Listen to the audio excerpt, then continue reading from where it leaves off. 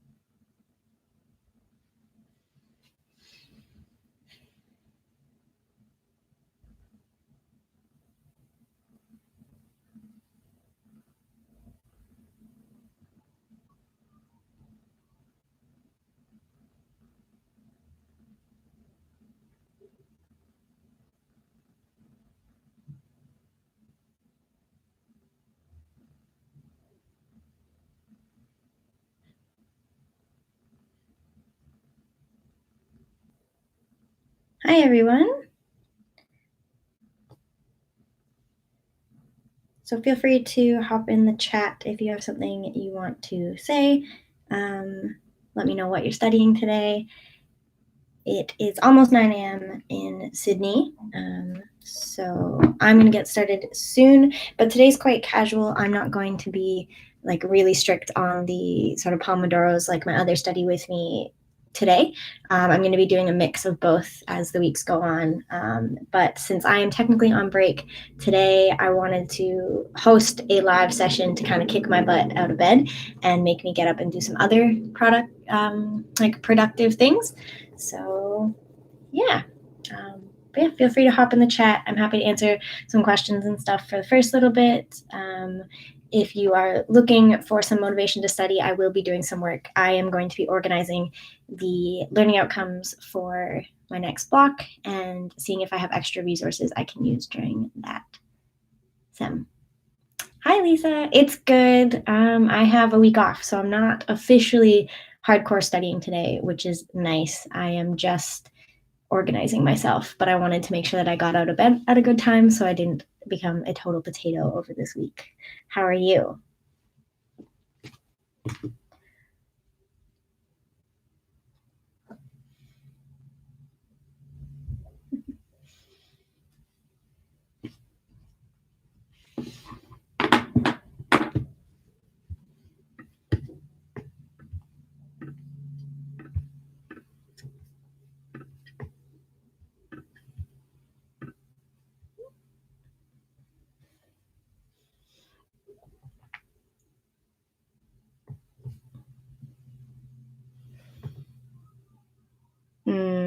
That's really hard. Also a scary time to get bronchitis. I had a pretty bad cold sort of right at the beginning of everything right now. And it was definitely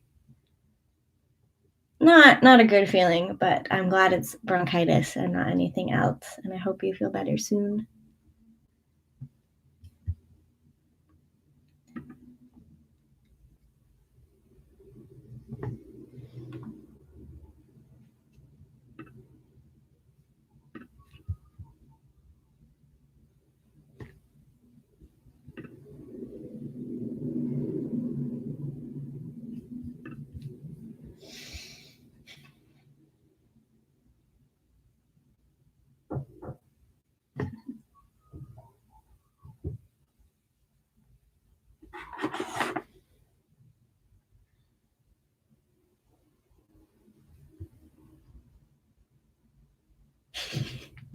Yeah, it's just your immune system getting stronger, right? That's what I like to remind myself. I'd be like, this is just a good thing, as long as you start to get better.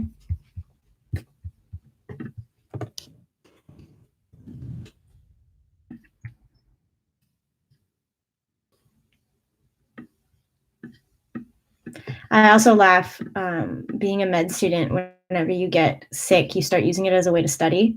So you start thinking of like, oh, why am I having this symptom? And what does that mean? And how does this get explained? Which is just really funny as a student. You never stop studying.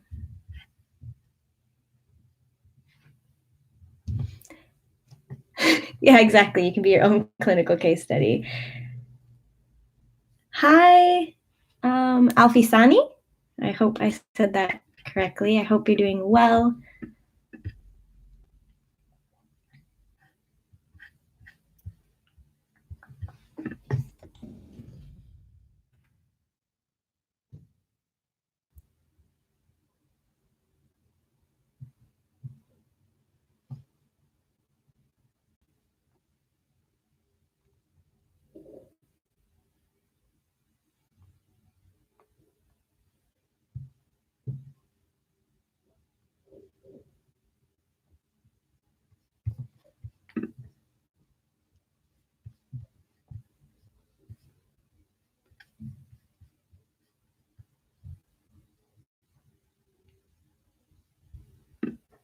That's really awesome. It also is really great that your first degree gives you something that you can do for employment, sort of if you decide to take a full year to do your sort of app cycle. I think that's a really good idea.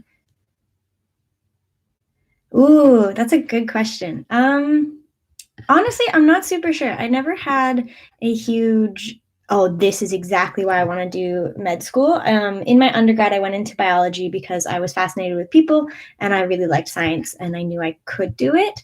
I had a grandpa go through a pretty bad health journey. And that kind of inspired me a little bit to either do research specifically towards that or get into medicine. And it wasn't even until I started applying that I was like, oh, okay, I could do this. I did my master's of public health thinking maybe I just want to do healthcare. I just kept thinking this will make me a better doctor. And that I think really helped me realize that I want to be a doctor or that I can be. And during my master's of public health, I did a placement in Namibia and I realized where healthcare professionals of all levels, allied health, etc., can help combat the social determinants of health, and you can help get in to less fortunate communities, and you can really help make a difference in people's lives, because if people are healthy, then people can achieve their dreams, is kind of the way I look at it. And to me, being a doctor gives me really good options and really good control over my career in terms of doing outreach work and stuff like that. So a bit of a long answer. I'm still kind of waiting for the moment where I feel like definitely I'm going to be a good doctor, but I'm definitely excited by the career and, lifelong learning, lifelong helping people, and lifelong solving puzzles. All of those sound really good to me.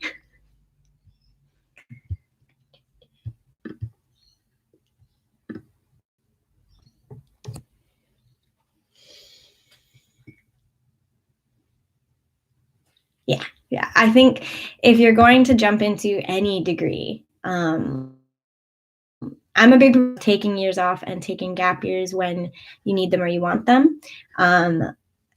Because I think any degree you should really jump into for like even the smallest reason of heart, but it needs to be a bit of heart, because if you're going to put yourself through all this work, then you kind of need to know that you want it.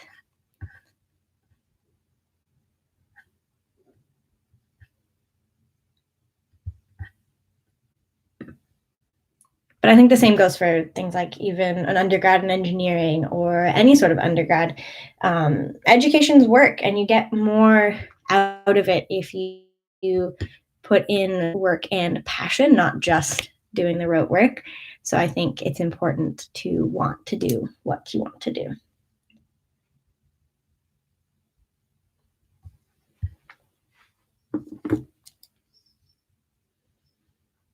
For anyone who's just joining us slowly, today is a bit more casual. I'm not going to be sticking to very, very strict pomodoros like I have in the past. I'll do another one of those when my classes pick back up next, but all around a good time, hopefully.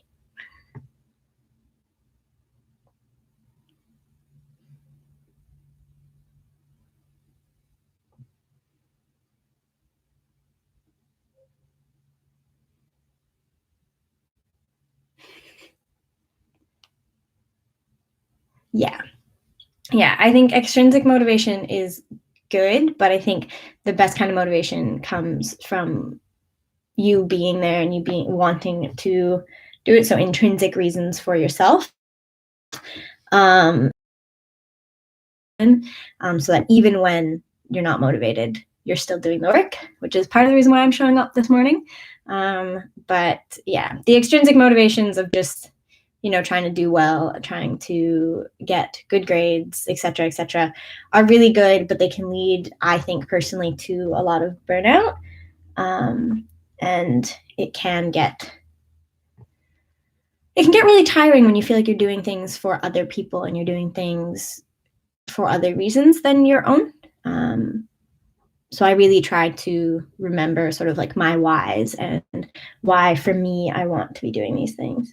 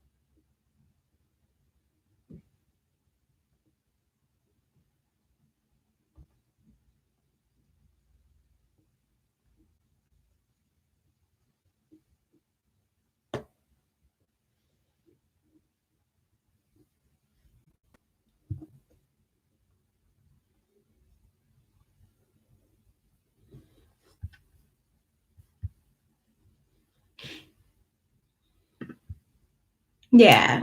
I think helping others. Hey, how are you? Thanks for joining, even though I've missed all of yours. So anybody who is in the chat right now, you can see Petite Pharmacist there. Her and I have, I guess, met over Instagram. She's a sweetheart. Go follow her on Instagram and subscribe to her YouTube channel. She does motivational study with me as well. But yeah, Lisa, I think for me, help people, it's for me because I get value from helping other people and I feel recharged from helping other people. But yeah, I have celiac, so anytime we talk about food in class, or it's funny, we study a lot of celiac in class, and I'm always a little bit like, oh, that's my life. Yep, gluten-free. So I definitely understand having a food intolerance and having to study food and health related to food can be very frustrating.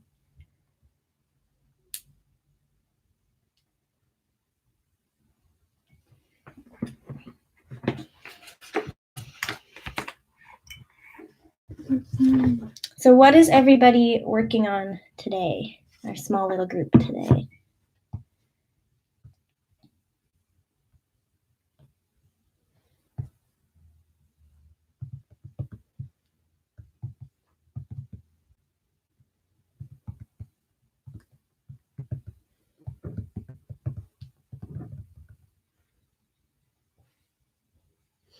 should get my pencil.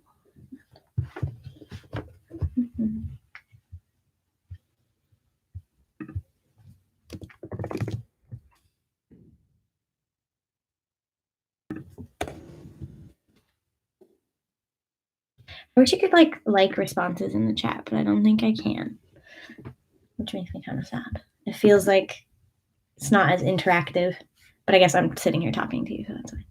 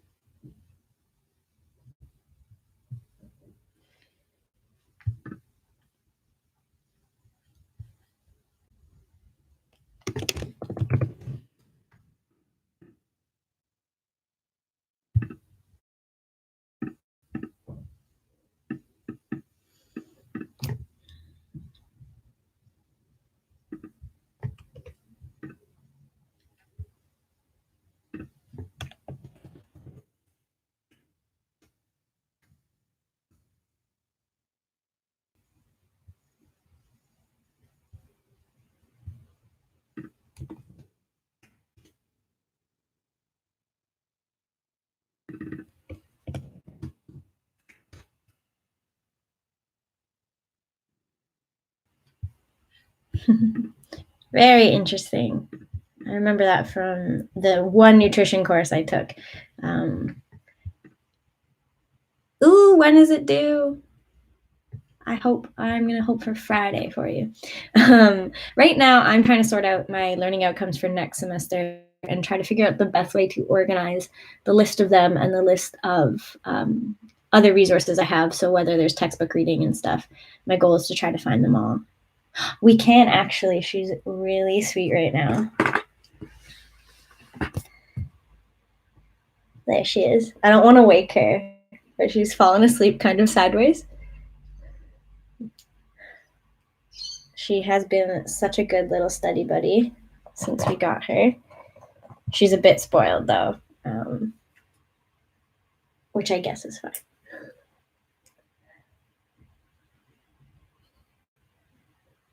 I'll leave her there for a little bit while I figure out what I'm doing over here.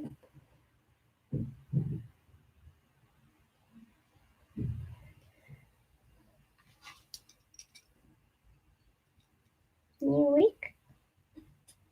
Barely, huh?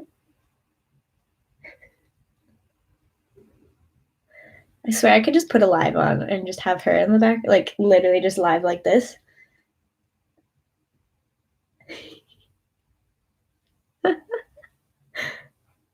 She's too cute.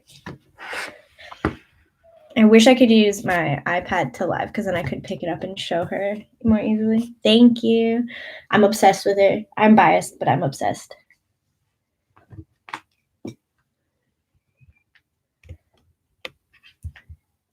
I think my Instagram's very quickly going to become just a cat Instagram, and I think I'm okay with that.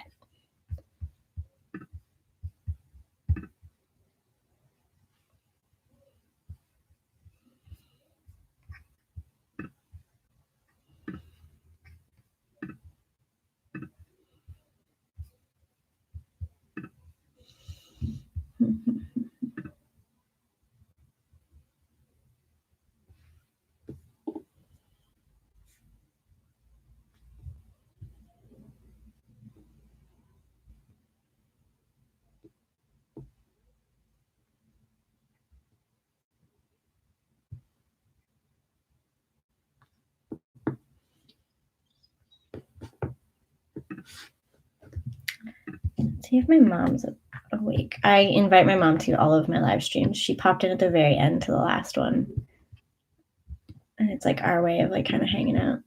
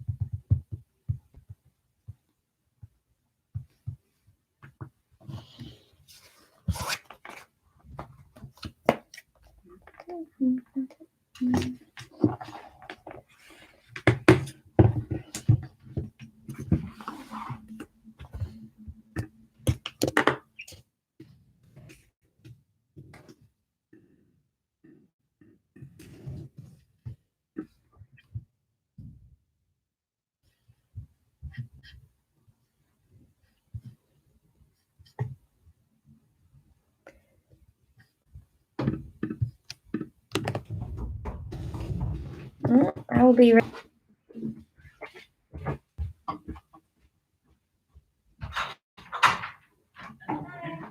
Thank you.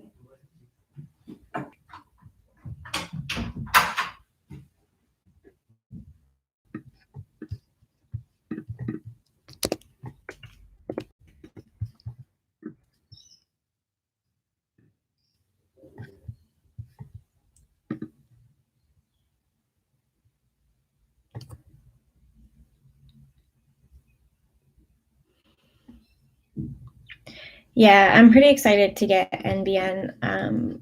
We've noticed, because there's two of us here, and if we had a Zoom meeting or a Zoom class at the same time, one of us would always have the hotspot on our phone.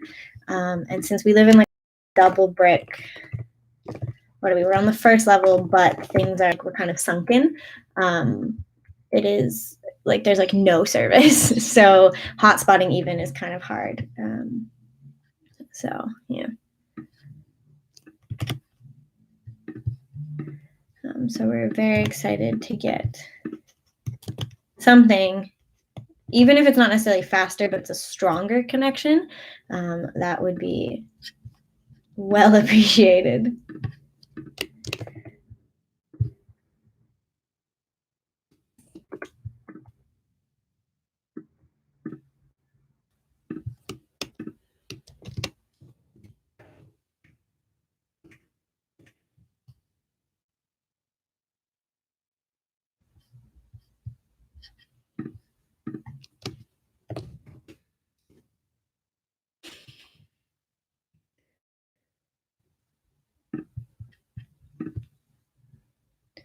I hope that's a good thing.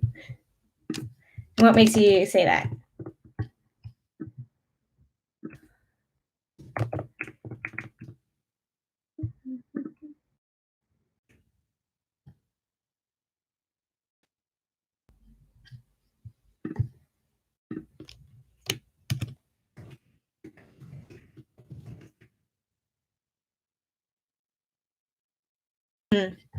Thank you. Yeah, I do like finding patterns and connections. I was always the weirdo in class that would be like, ooh, there's 5 people wearing blue shirts and 4 people wearing green shirts and 3 people wearing yellow shirts. Do your homework. And yeah, the various perspectives things is something that I really value. I think it's a really good skill to have for anybody going into sort of any sort of person-facing job, but especially healthcare. You need to be able to put yourself in other people's shoes, and you need to approach every person and every condition from multiple angles to make sure that they get the best care.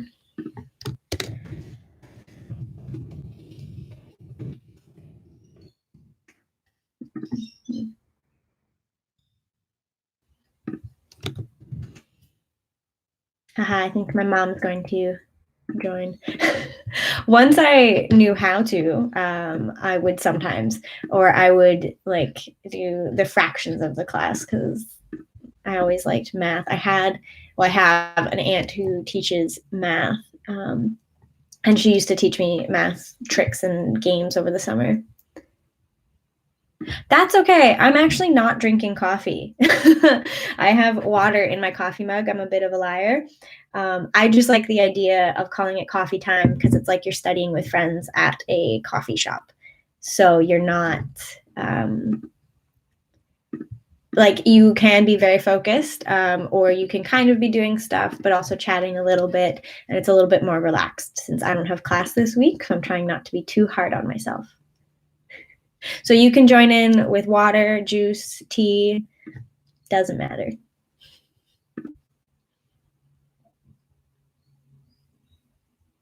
Good.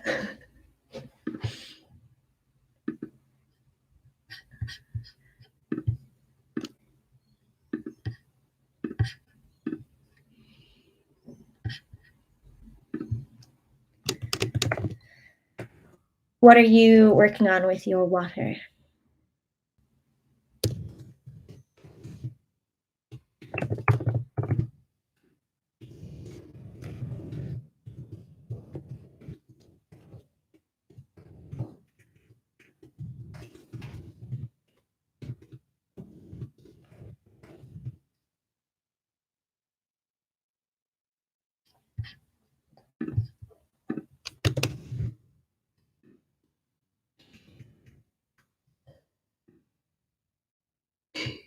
That's okay. You can take some time. You don't even have to really be working on anything school related. I think after I do what I'm doing now, I might be scrolling YouTube videos. So you can also just like having a live stream on for company. I do that sometimes. I think it's nice just to kind of sit and feel like someone else is sitting in the room with you.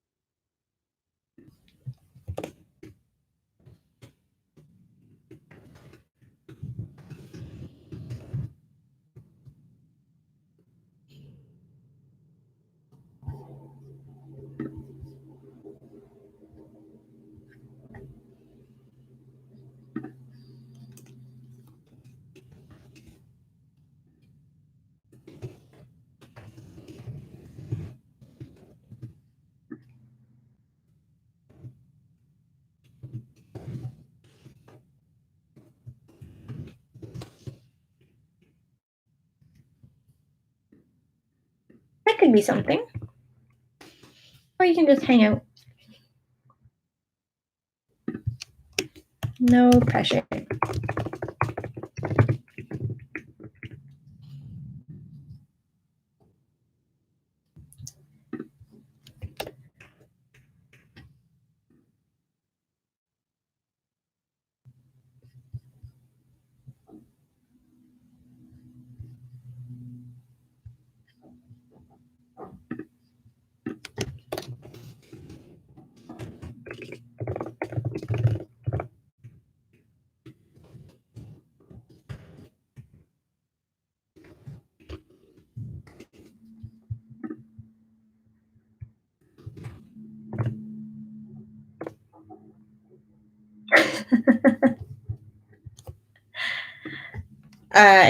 I just call them my thinking faces. I have a very expressive face, so I will make lots of funny and weird faces when I'm studying, which is an interesting thought considering I put myself on the internet live studying. But it is kind of funny. I've had friends point out that I make a lot of funny faces, but that's funny that we made a face at the same time. I'm glad I'm not alone in my funny study faces.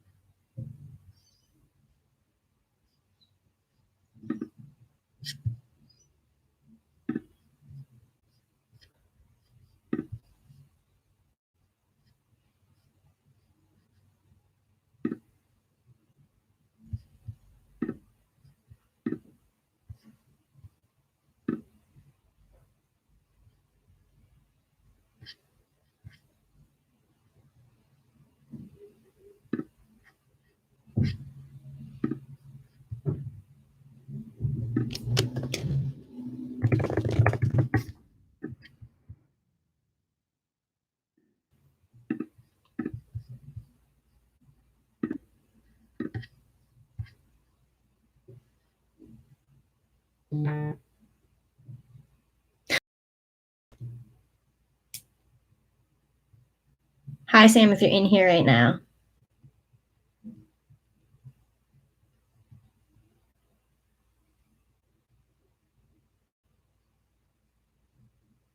I had a friend message me saying nice live stream. So if he's here, hello.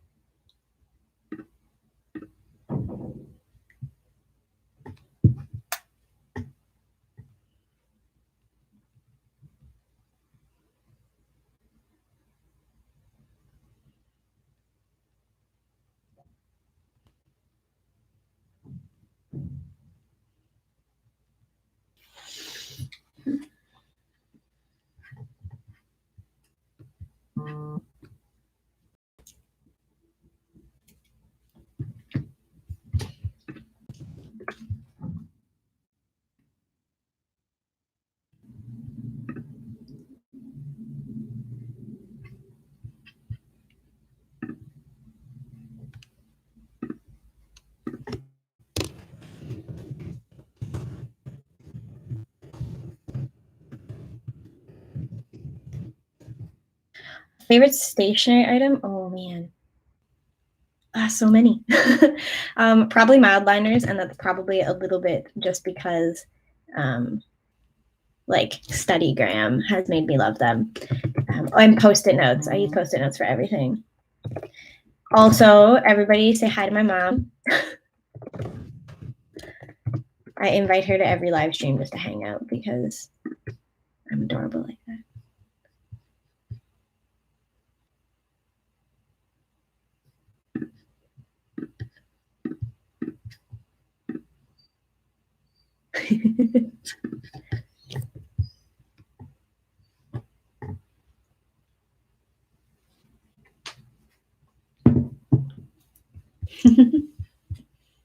Hi, Lauren. You also say hi to Lauren, but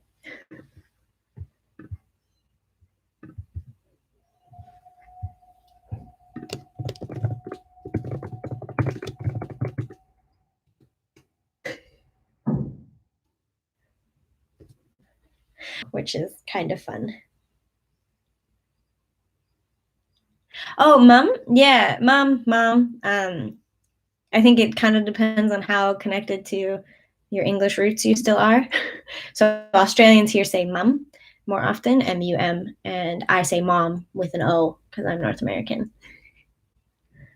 And I found myself, my friends here, I will ask how they're like, oh, how's your mom with a U? And then my friends back home, I ask, how's your mom with an O? And it's funny little accents.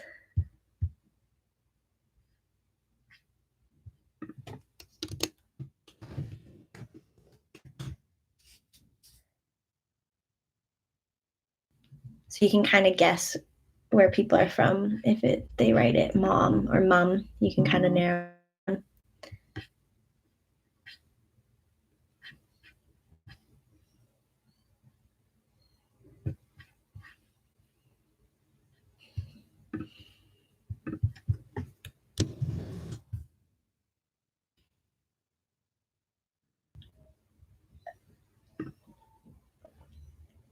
Mm-hmm.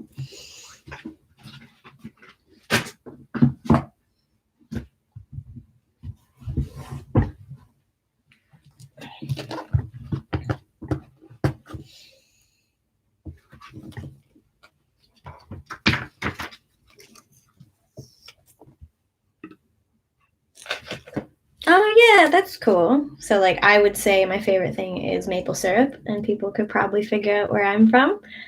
What's one of your favorite things that you think gives away where you're from?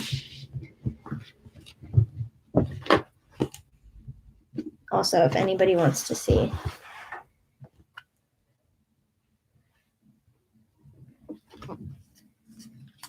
wonder if you can hear her.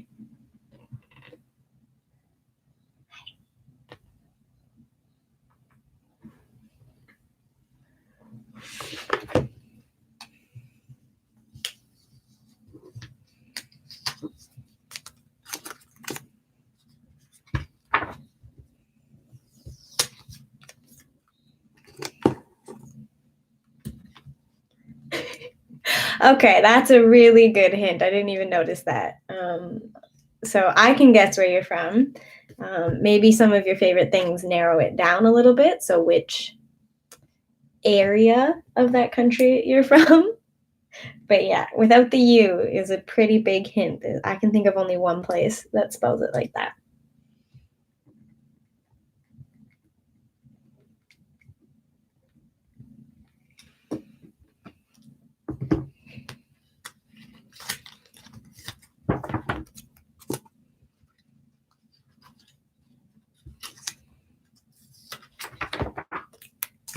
I wonder if this is a good angle. You can see.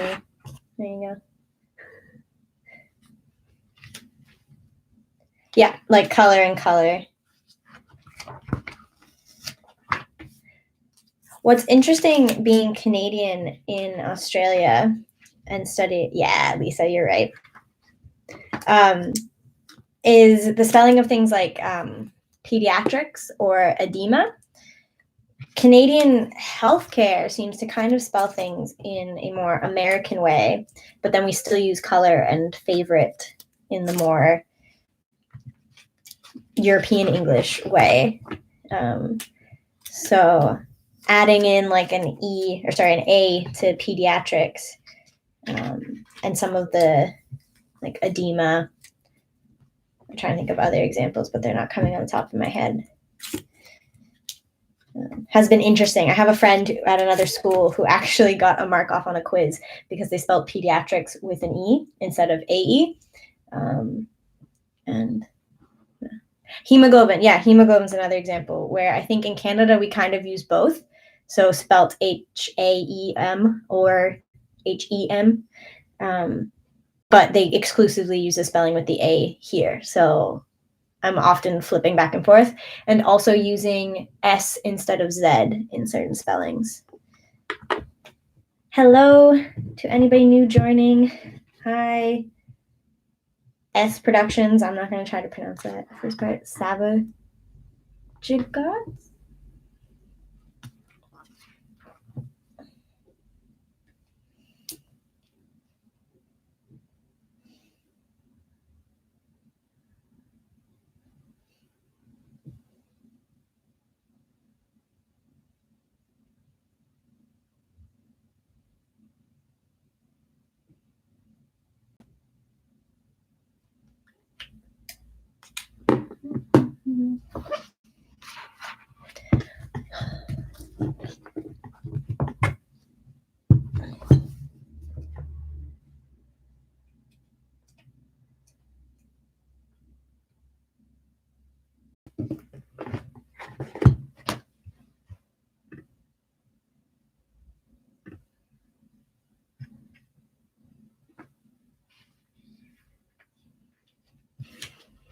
Yeah, I didn't know, or I wasn't aware of some of them until I like got here. Like I knew they existed, but I didn't think about them. And it is funny how that can give you hints of where people are from or where people have studied at least. Like I joke, even if I come back to North America to practice, I'm going to say medical terms with an Australian accent because that's how I've learned them and that's how I've heard them. So certain things that I had never heard before med school, I think I'm going to end up saying kind of Australian-y, and it'll be this really weird mix of Canadian and Australian.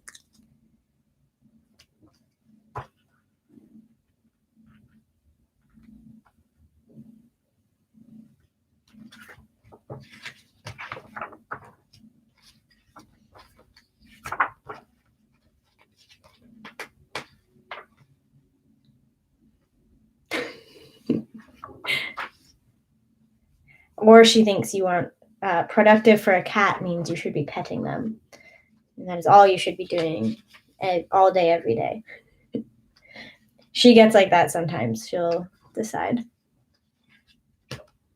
I think it'd be funny. It's a good starting point. A lot of patients here, I can break the ice pretty easily because they ask me, like I'll start talking and they look at me like, you're not from around here. So then we get to play a bit of a game of where they think I'm from, and it breaks the ice fairly well.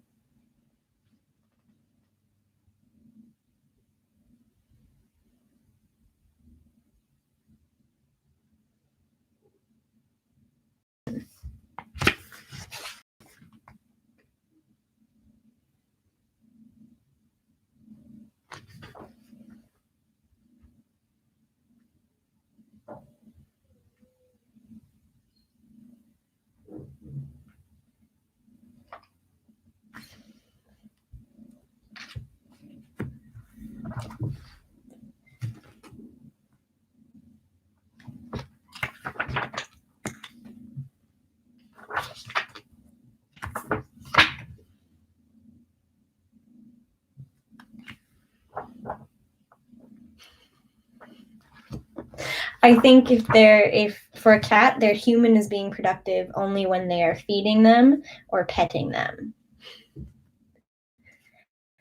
For a cat to be productive in their eyes, it's probably how many different places they've been today.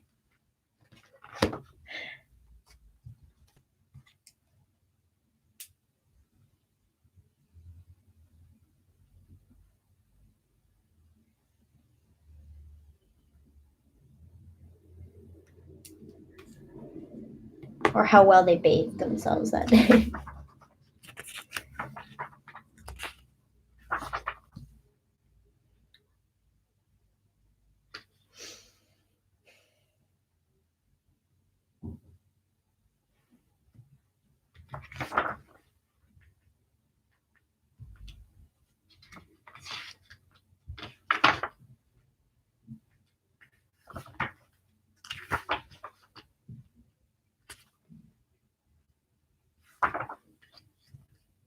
Yeah, eating and sleeping.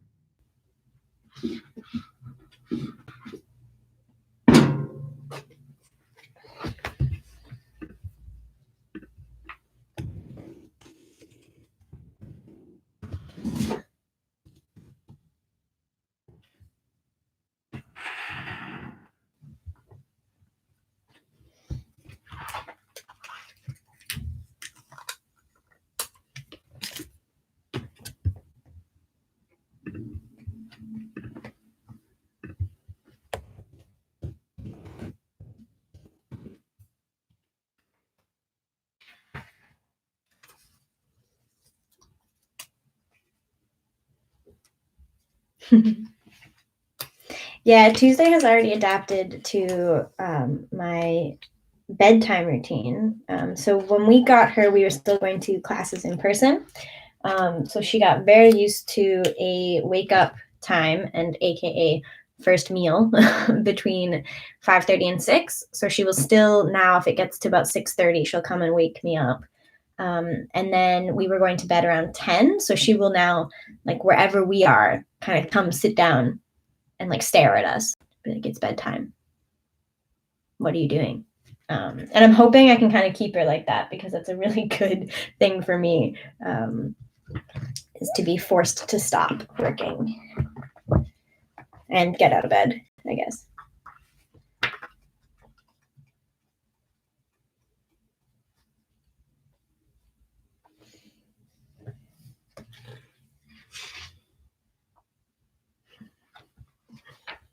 I do love Postits. And yes, my mom sent me cat Postits for Easter.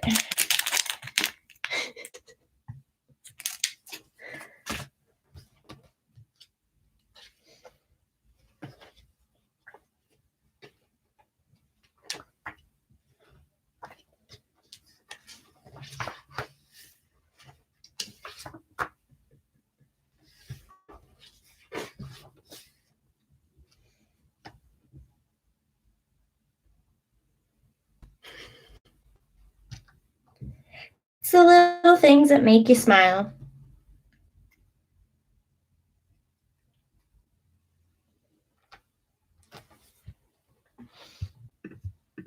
We're on the move. You coming to say hi? She's obsessed with drinking out of our glasses. There goes my water for the day.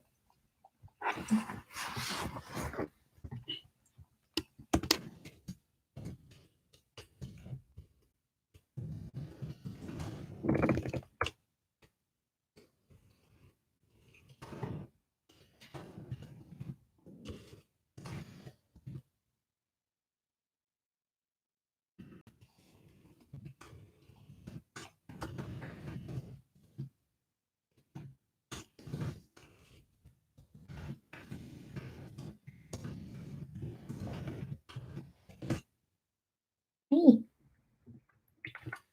You gonna sit right? Yeah? Okay. I think she's gonna go behind the laptop. Yeah.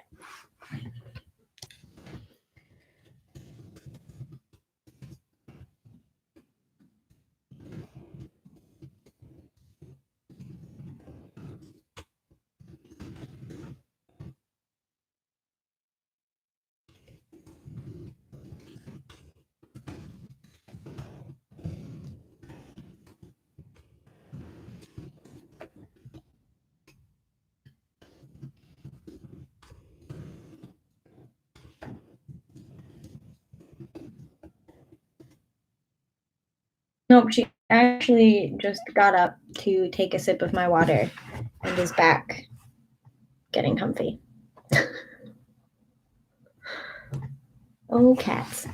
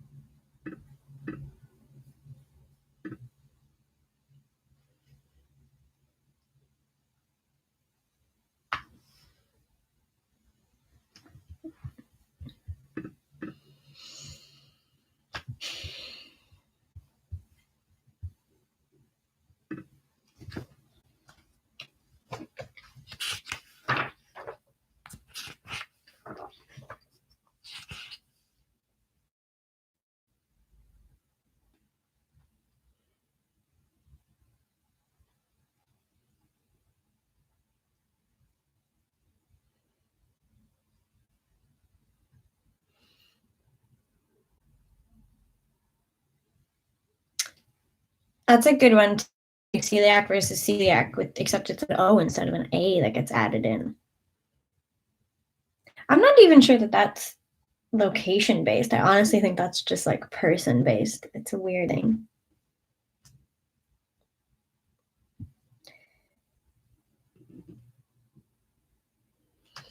But either way, it's not fun.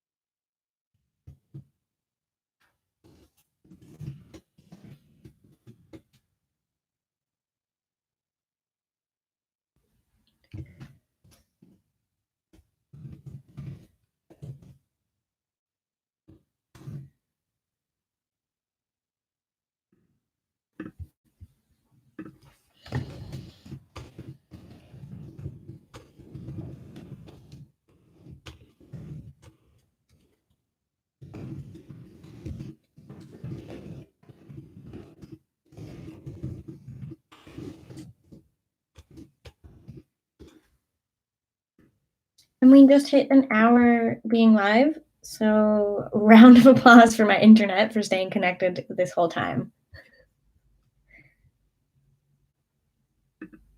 Yeah, the book is huge. It is Davidson's Principles and Practices of Medicine, and it's the book that we're using for second year. Thank you. Clap, clap for the internet. Last year, we used Tally and O'Connor, which was this big. And I'm really hoping that this whole doubling in size is not a trend, because I won't be able to lift my book in fourth year if that's the case.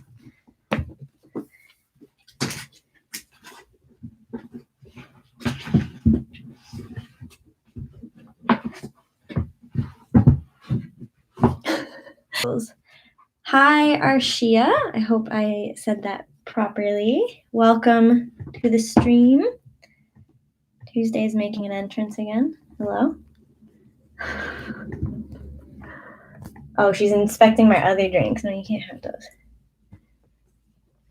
Oh, med interviews. Med interviews are very scary, but I think they can be a lot of fun once you get into them. And I know that sounds a little ridiculous, but if you go in, just take a deep breath after you read your STEM, and just remember that you're there to try to show your thought process. They don't expect you to have medical knowledge, so you're not going to get questions about medicine. You're going to get questions about communication and how to deal with people and how you can communicate to people. So you're there to sort of take in the situation and reflect, try to explain your thought process, try to look at the problems from multiple angles and from multiple perspectives. So questions I came across and a strength that I think I had in replying was I would often try to talk about how I felt the other person in the situation might be feeling and how that would change my response. So a classic example is you have a friend who needs to get on an airplane or to go on a trip with you, and they won't leave their apartment because they're too scared.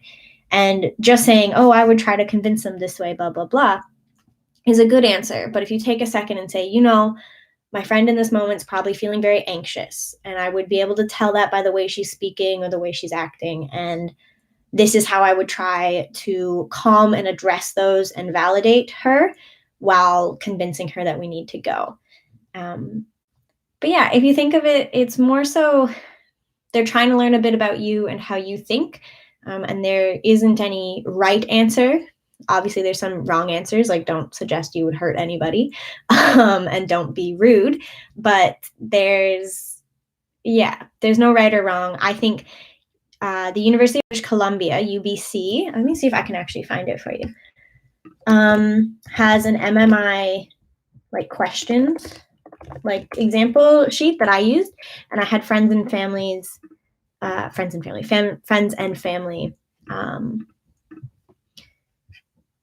ask me these questions or read it and ask me a similar thing, and I practiced speaking it out loud back to them and explaining my thought process.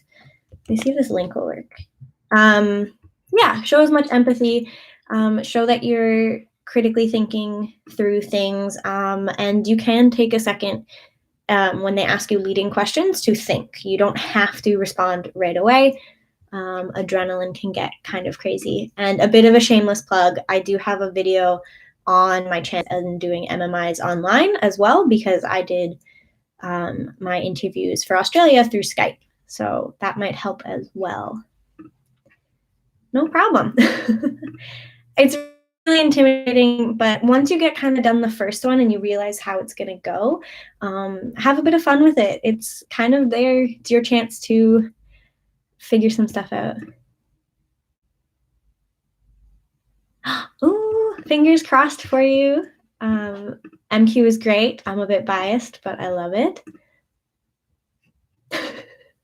Yeah, it's an accurate theory. There's some ways like that you just shouldn't act, but I think if you're a good human, you will do the right one of the many right answers. Yeah, MQ is really focused on patient-centered care and communication. So if you talk about like making sure that you understand where the patient's coming from and that you're involving them in the conversation, and as well, since MQ has the international component, they will probably throw things to you about cultural differences in communication.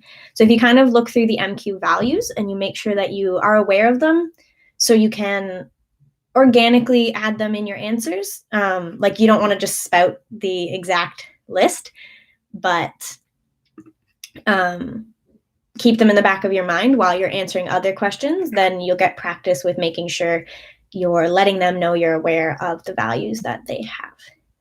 Yeah, I guess even local students will be doing sort of Skype MMIs as well. So my video would actually be more helpful to a lot more people than I thought at the time.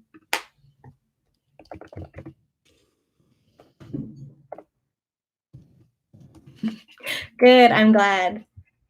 Also, this is for those of us talking about language, letting people know where they're from. Heaps, hugely Australian thing.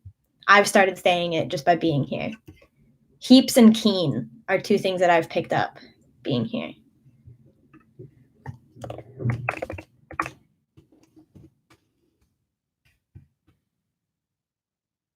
And let me know how it goes, Arshia. So if you follow me on Instagram or something, you can DM me and let me know how it goes.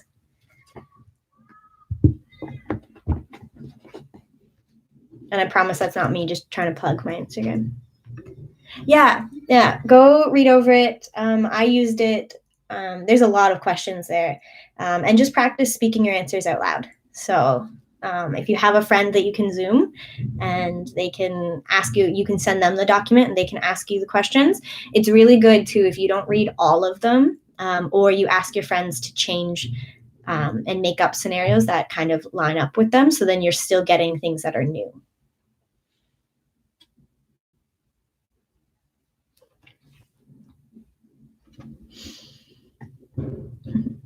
Good luck.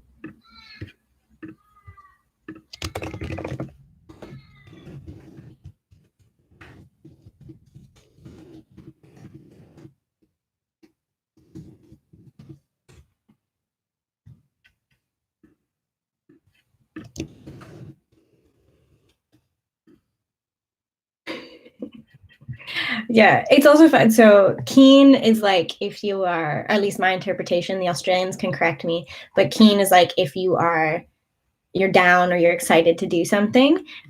So people say like, oh, we're gonna go to, I don't know, to the movies on Friday, and you'd be like, oh yeah, keen, and that just means you want to. And then heaps is obviously just a lot. So you could say you're heaps keen to do something, and then you're just super Aussie.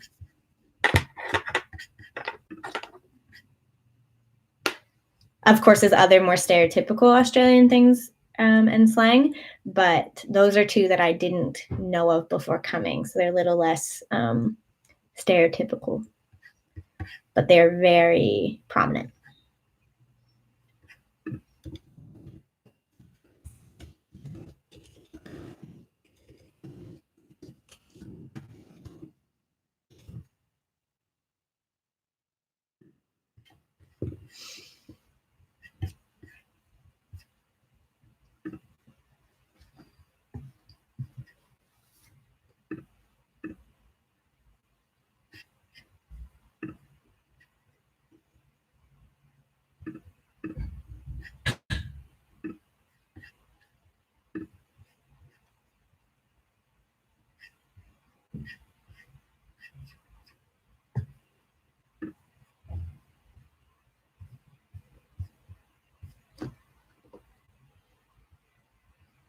Ooh, step one, pass, fail. Any thoughts? So currently I'm not planning, I'm not committed to taking step one. One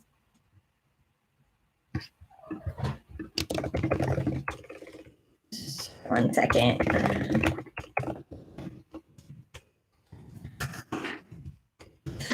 Please stay wreaking havoc. Currently I am not planning on taking step one, so it doesn't personally impact me. I think moving to pass fail is good. I think it's good and it's bad. So I think it's good for students because I think a lot of students started studying for the test instead of studying for the patients, if that makes sense. So if you look at the Australian system, we don't have a unilateral mandated test at the end of our preclinical years. Different schools have different tests or like hurdle exams that you have to pass to demonstrate you have knowledge preclinically and scientifically before you go into your clinical years. But having that means that in our year one and year two, we can focus also on patient care and clinical skills, not just making sure we memorize all these nitty-gritty details to get into the specialty that we one day want to get into. It's also nice because being pass fail, it takes the weight off that one test 2 years into your medical degree deciding your future, because the problem was arising that really desirable specialties, which, I mean, every specialty has its hard sections and every specialty deserves respect, but really, really desired specialties where you may not need that much scientific knowledge, were requiring the highest step scores just because they had a good work-life balance and a good pay, like upper limit. So I think that's good. I don't think it's going to be the magic fix to the system, because I think programs and residency programs are going to find other objective measures. I think the pressure will shift to the clinical skills test, which is probably a good thing because I think you should have good clinical skills, but it's still going to be one test deciding, unfortunately, sort of the rest of your life. I really like the Australian system because they also, your intern year is not tied into your second year of med school or even fourth year, know exactly what you want to do, which gives you the space to explore and get excited about things and experiencing different specialties real in the hospital in your first year of internship before committing to a specific training pathway. That's kind of my thoughts. As someone who's not in the US and hasn't gone through the system, I don't think I have the most accurate understanding, but that's kind of my perspective. I do worry for international students from schools that genuinely have a catchment of like lower socioeconomic status, and are seen as like lesser schools, because I worry that residency programs are going to start using the school you came from as a measure of your skill and your level, which then puts pressure on the MCAT for undergrads trying to get into the top schools. So it's a bit of a big mess. I think it's a step in the right direction, but I don't think it's going to fix what I see as current problems in the system right now. And if anybody's reading the chat, Cooper is my cat from undergrad. Do I plan on residency in North America or Australia? Well, my mom's in the chat, so I have to say that I plan on residency in Canada. But in all honesty, I'm not sure. I think it's a really strong reality that I will do at least the beginning of my training in Australia, just given the timeline and given the fact that I like the general intern year. I really respect that they want all of their doctors to have done at least some level of work in the broad specialties. And I want that experience. So I'll probably do at least a year of internship here. And then it kind of depends on the specialty I fall in love with and where I can get the best training for that, I think. So sorry, Mom. Yeah, I don't think I'm committed either way, but I do think it will depend on where I am in fourth year. But I don't plan I'll ever take STEP.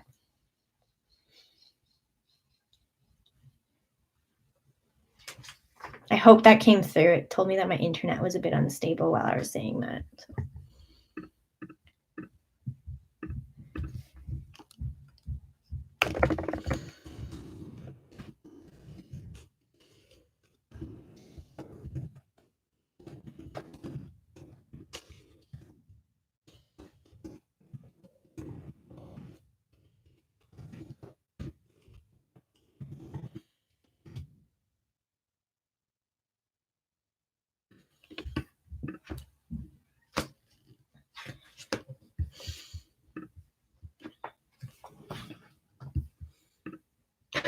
It blooped. That's a good verb. That's good. So basically, I was saying I don't think I'll ever take STEP because I don't plan on training in the United States. But who knows?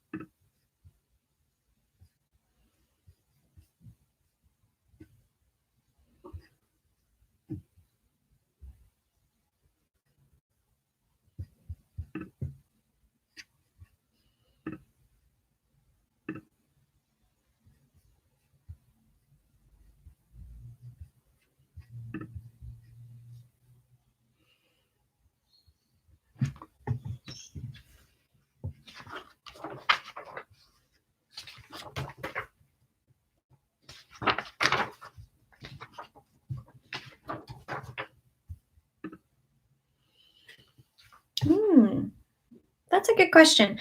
I was saying earlier, I have done a placement during my Master's of Public Health in Namibia, and I always say that's a place that I always want to return to. Probably not permanently, but if I can come work for a little while with like a nonprofit NGO, I would. I was really fortunate last year to do some travel in Hong Kong. Again, probably not a landing spot for my career, but was a wonderful trip.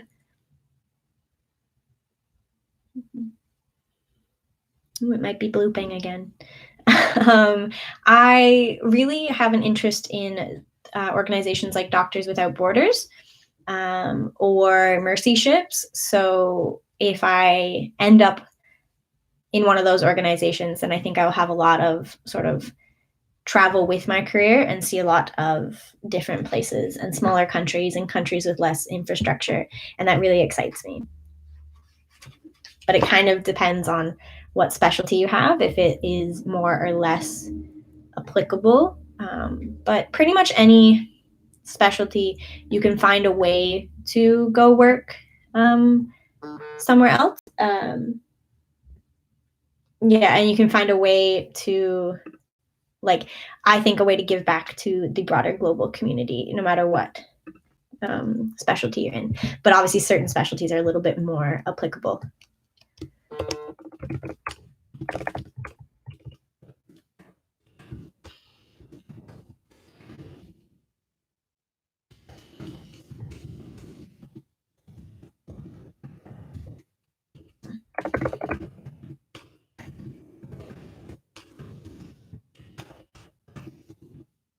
Yeah, Namibia is really great. There is a lot of German speakers, and obviously there's a lot of Afrikaans speakers, which has some German influence. English speakers, most of the kids I worked with spoke like 4 to 5 languages, and they would always ask me, "Oh, what do you speak? What do you speak?" And I was like, English and un petit peu de français. But they would all laugh at me because they learn English, German, Afrikaans, and then multiple of them knew local or tribal languages as well, and they were just brilliant.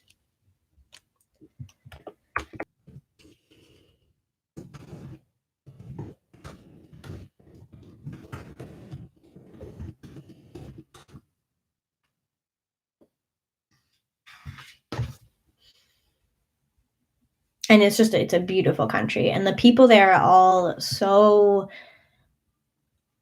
full of like life and joy, and it's a country that is really recovering from its history, but they're doing really, really well. I think obviously every longer are facing, and I think that's really cool. It kind of reflects how quickly they've gotten up to a certain standard, which is really cool.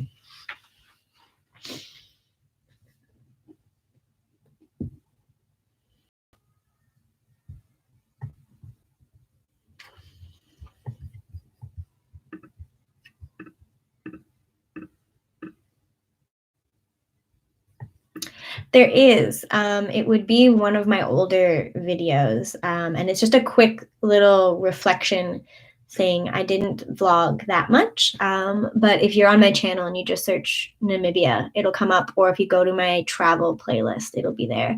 I actually have, but I'm really proud of that Namibia video, so if you check it out,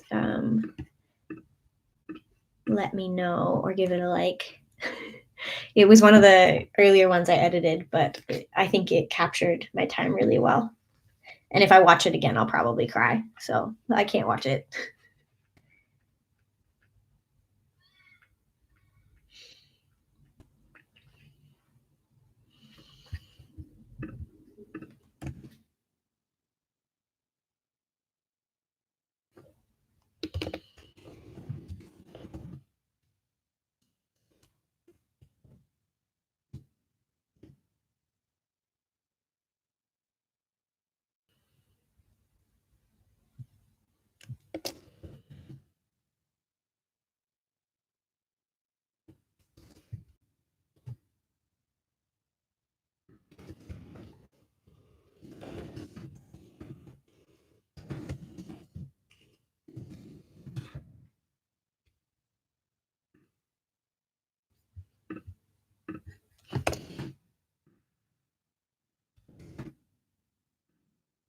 Oh, wow. Good morning, Rochelle.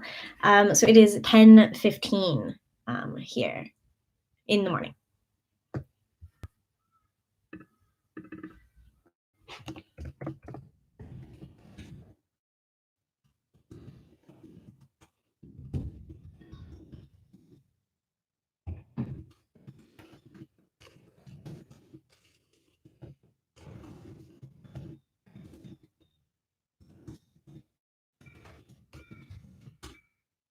Thanks for checking it out, and I will look forward to your comment.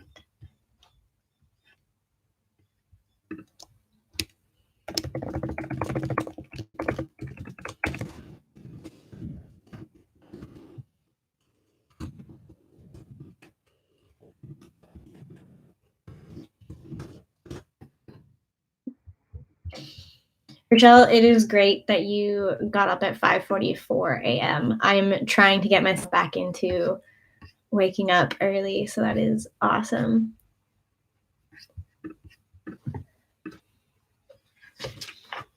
And thanks for joining the live as one of the first things in your day. I think that's super cool.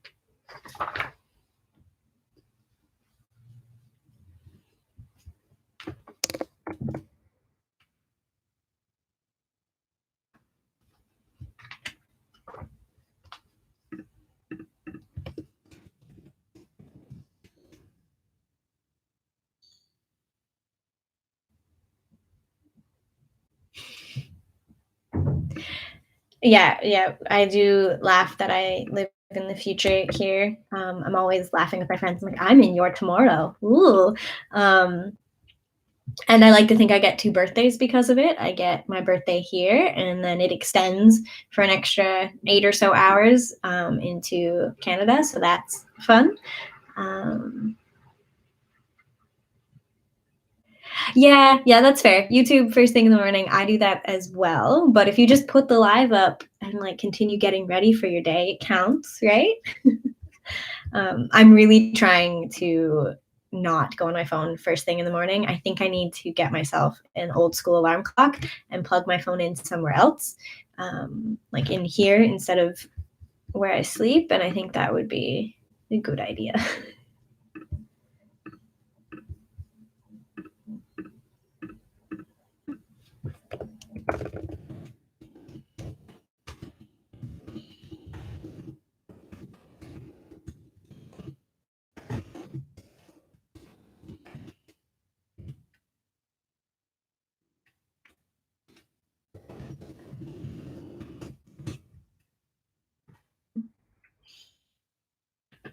What was I looking?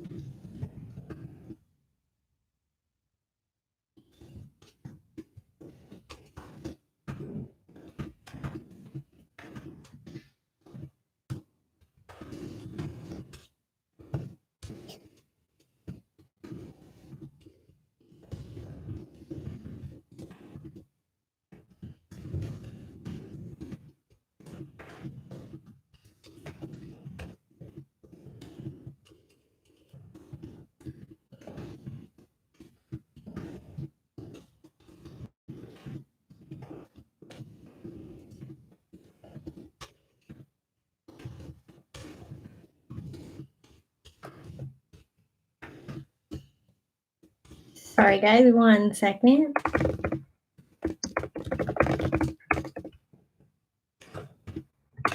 Okay. Thanks, Rochelle. Yeah, I really like editing vlogs and day in the life. I had one going for this week. My camera's actually charging, so I couldn't show this morning. I think it's a lot of fun, and I think it's something that me, when I was in undergrad, I was trying to figure out what life was like for med students, and I turned to YouTube to see a lot of it. So it's cool to share that. And I like it because it keeps my family back home kind of in touch with how I'm doing. And then things I disliked about my undergrad years. Ooh, I actually had a really good undergrad experience. The school I went to was a bit smaller and a bit newer, which is kind of, I guess, the way I pick schools now. So I got really involved, and I really enjoyed it. I guess things I didn't like at the time were mandatory courses that didn't feel like they were like benefiting me. But I think my program was actually really well designed, where even the mandatory courses, I can see how they would open doors for some students, or they would kind of open your mind to other things that could be useful in the future. And then when you got into the upper years, we actually had a lot of flexibility. Like there would be 2 or 3 courses we'd have to choose one of, instead of just making it all super mandatory. What else did I dislike? It's really hard. I actually really enjoyed it. Things I wish I knew. I wish I knew more confidently, sort of starting in first year, that I wanted to get into medicine, and could have made some better choices to help that process. But I don't regret any part of my pathway. I wish I asked for help more. So I guess something I didn't like was how hesitant I was to admit when I didn't understand something, or how scared I was to reach out and ask for help. I think that would have helped me a lot more if I had asked professors questions sooner or gone to TA office hours more often. And it's something I'm still working on now, is asking questions in class or emailing clinicians to follow up with questions. So if you're an undergrad or any level of education, ask for help. It helps.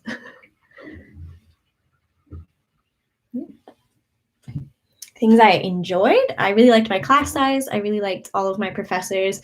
They were very good at treating us like humans, and I knew my professors by, and so I kept very busy and very involved, which made me really feel like a part of the culture of the school, and that helped me really feel value there.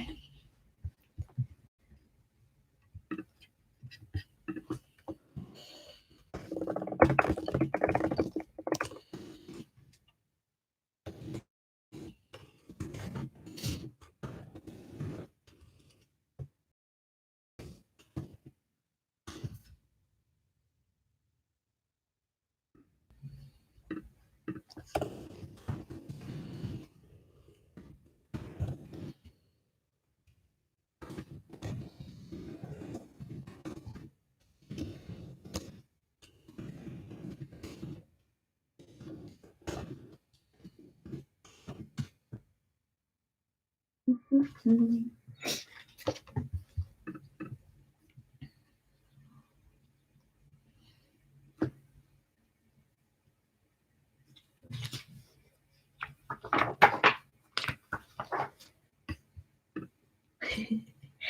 It's not just being a positive thinker. It is honestly, it was a really great experience. I think a lot of education is what you make of it. And I think if you get involved and you reach out, you can make sort of any school a good school for you. But obviously, if the fit's not right, the fit's not right, and you can always transfer. But yeah, I really enjoyed my time. I really had a good time in undergrad. I try to be a positive thinker, but that's not even me just trying to focus on the positives. That's just it was hard to find negatives. Yeah. I think I had like negative experiences like with roommates and friend groups, like typical kind of growing up stuff, but that wasn't the fault of my undergrad. But thank you.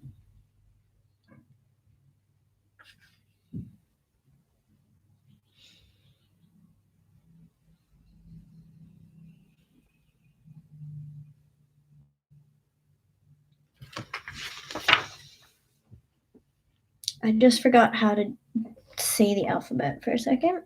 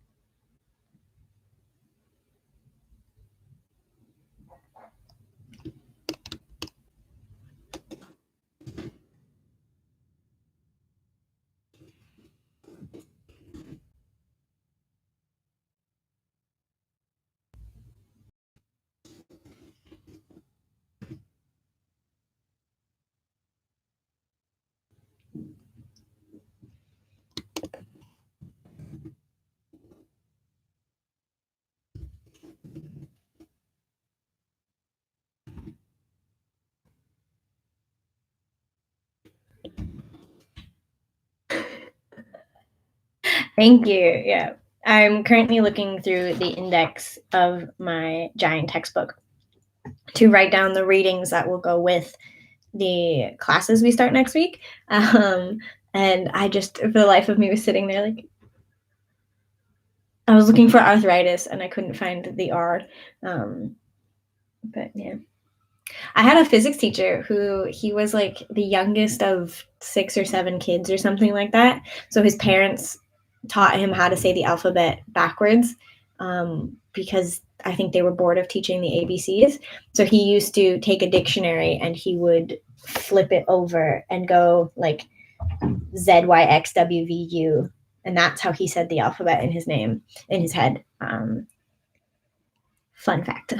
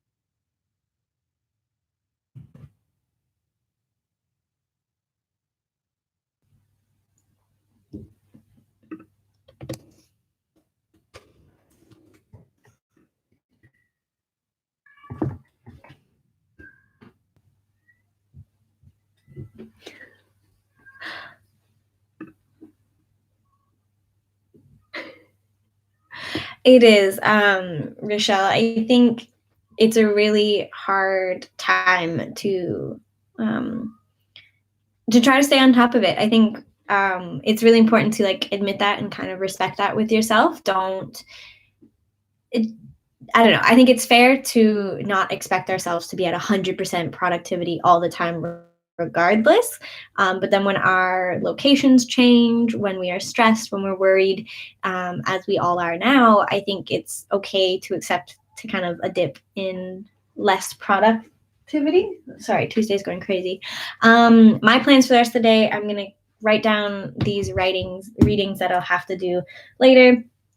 I'm going to script a couple YouTube videos and edit one and make some Anki cards off of the.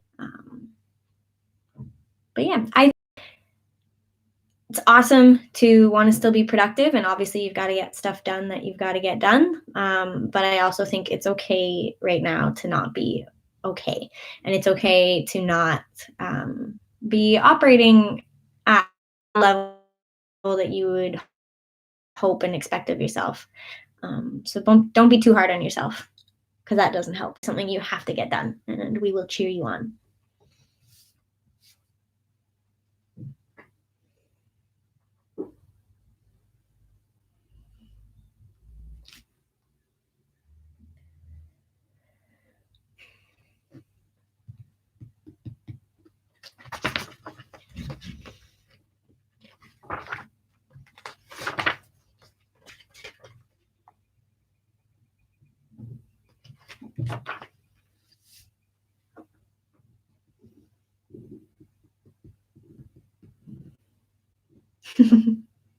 There you go. See? We're cheering for you. This is when I think it'd be cool if I had Twitch or something, because I could like make things happen.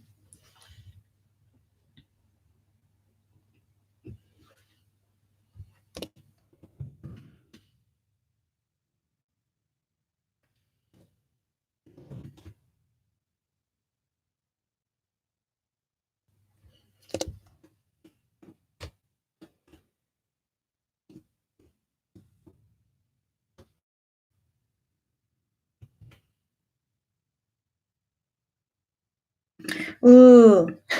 Anywhere someone's willing to buy me a ticket is always my answer. I would honestly kind of travel anywhere. Some places I really want to see. I want to see New Zealand because it's so close. And I was hoping to organize a trip with my friends at the end of this year. The friends don't know that yet, but I don't know that that will happen. I want to see Vietnam. That's big on my list. Where else would I go? I'd honestly go anywhere. I want to see Peru because I want to do Machu Picchu. Nepal is high on my list. So India, Macquarie, the med school I go to, we have a placement for half of our third year we study in India.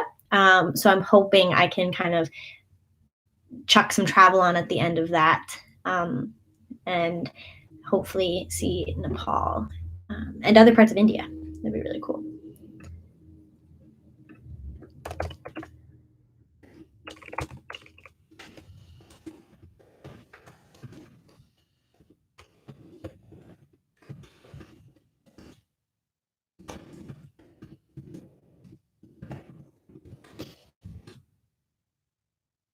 There are some places that all of you have been or want to go.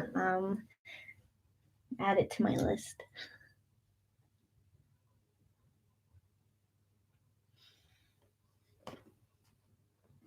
Oh, and I want to see more of Europe, like Ireland and Scotland.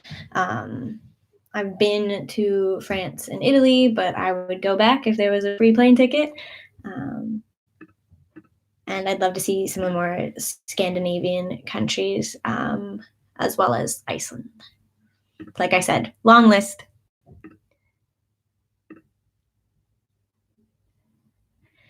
Ooh, that's a good question.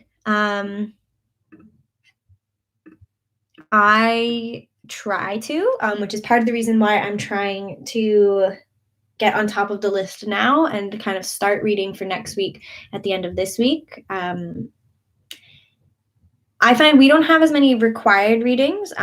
There's more so suggested readings to bulk up the content from our tutorials. And I like to do readings from our textbook before the class so that I can get more out of the class. So yeah, I don't have time to do everything. So I have to prioritize what I think is most beneficial for me, or if I do the general reading before class, go to class, see how much I know in class, and then I try to do follow up on the things that I felt the weakest on in the tutorial. And then I try to touch back place and do sort of the drawing things out and the active learning. I try to do that as soon as possible after each tutorial. But yeah, you do run out of time, and it does feel like, especially in any field, but especially in medicine, there's so much to know.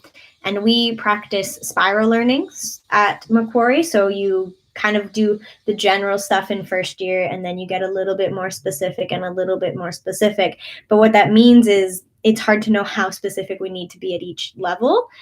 So you could really dive into understanding the unique cellular pieces involved in an arthritis, for example. And you could spend all day trying to learn that. And then that's not really the key point. So I really try to structure my learning based off of our learning outcomes and how much they want us to know and to what level, to try to prioritize the different readings, the homework, or not the homework, the study and the revision.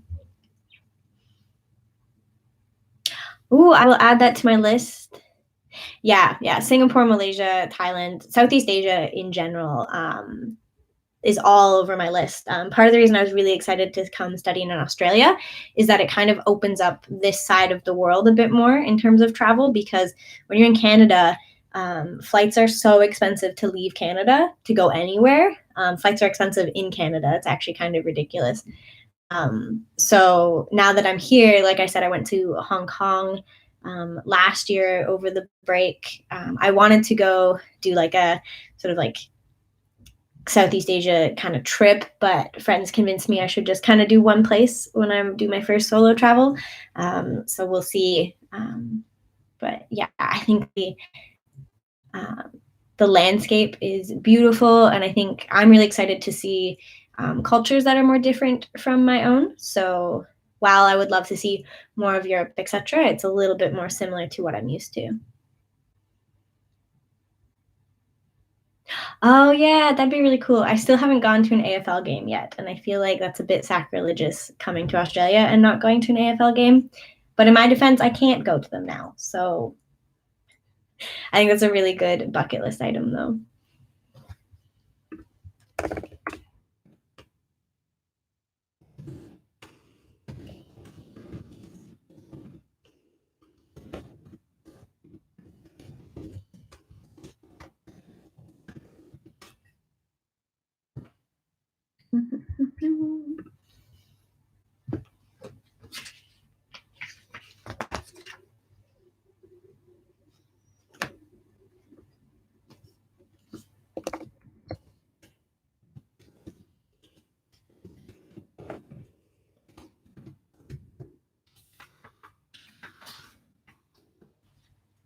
There's a lot in Australia that I still want to see. I've gone up to Brisbane, but I would love to go see the Gold Coast in Western Australia.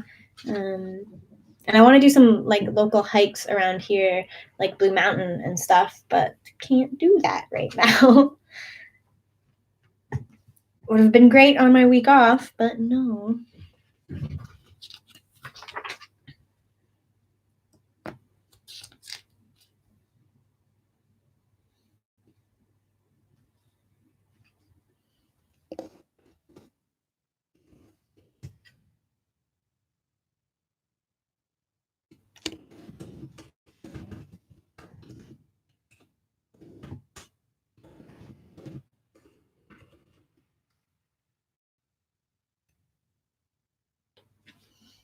And I would love to camp here, like do one night out camping.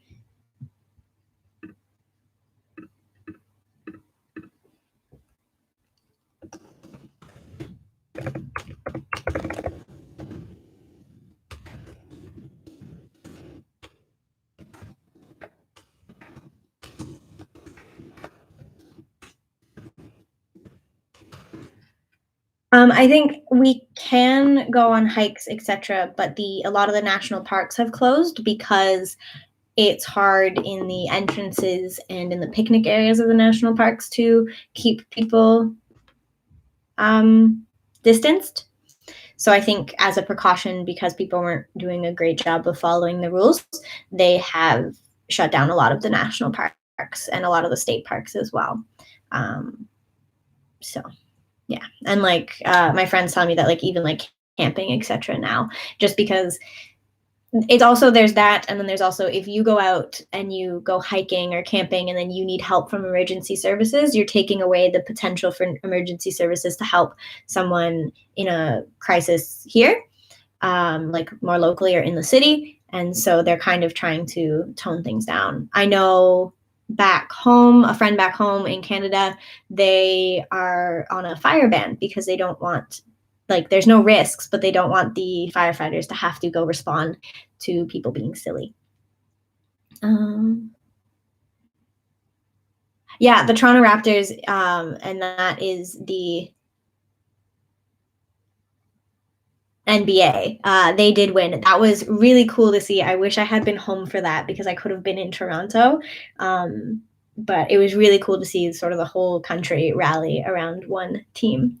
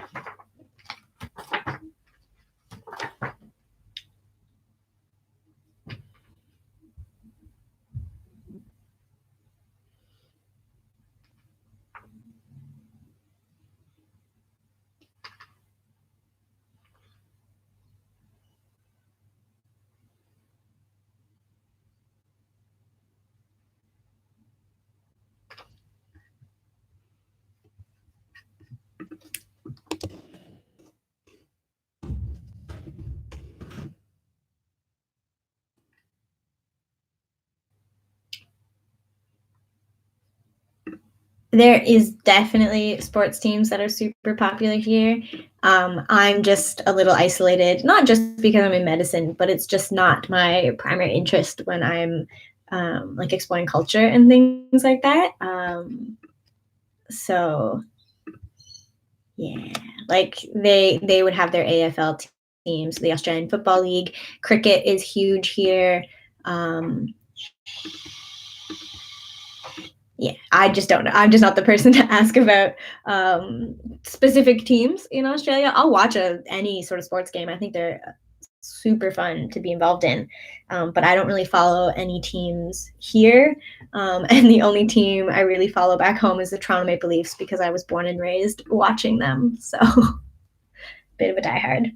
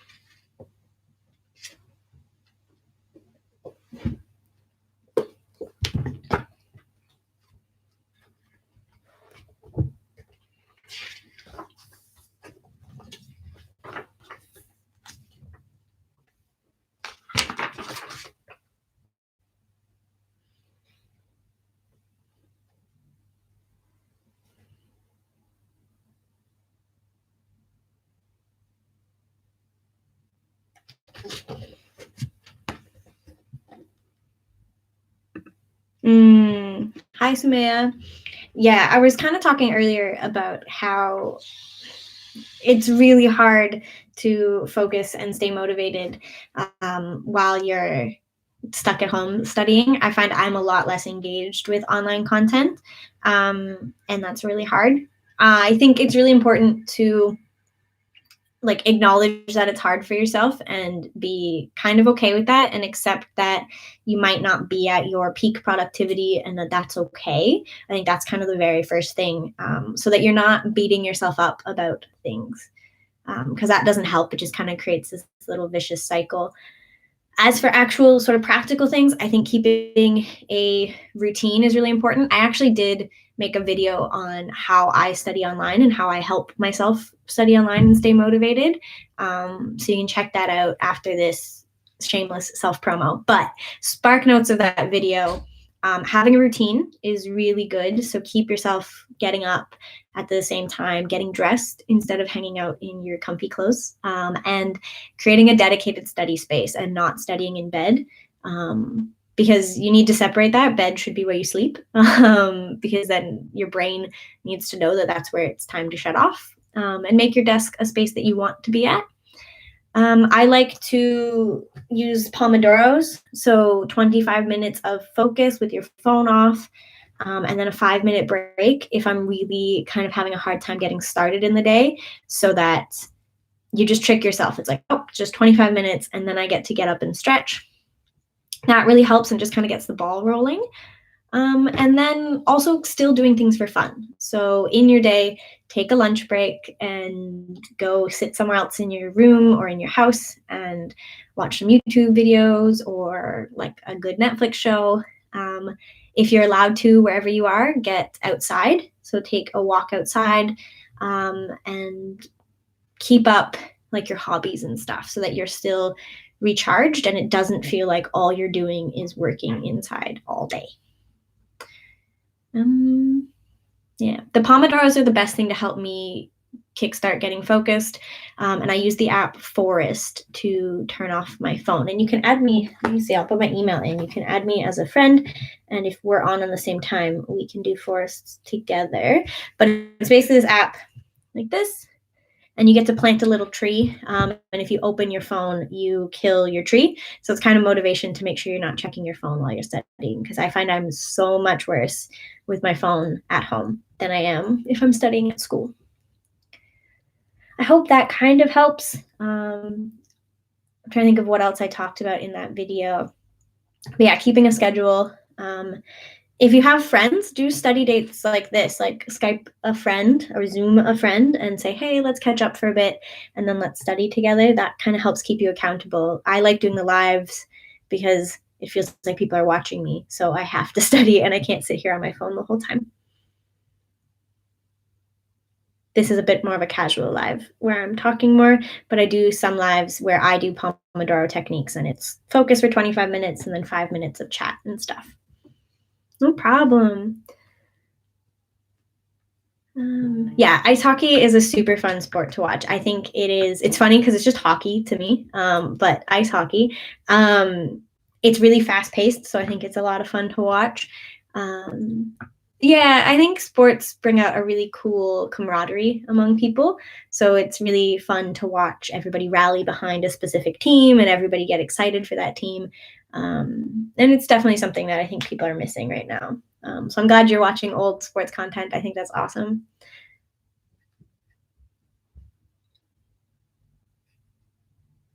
Oh, Lisa, that's awesome. Yeah, I've seen pictures and stuff and it looks beautiful. And I've just really missed being able to go and kind of walk in nature more so than just a park. And since it's fairly close, it's definitely on my list to do. I wanted to do it over this break before all of this happened. So I will keep it on the list of things to do when we're allowed outside again.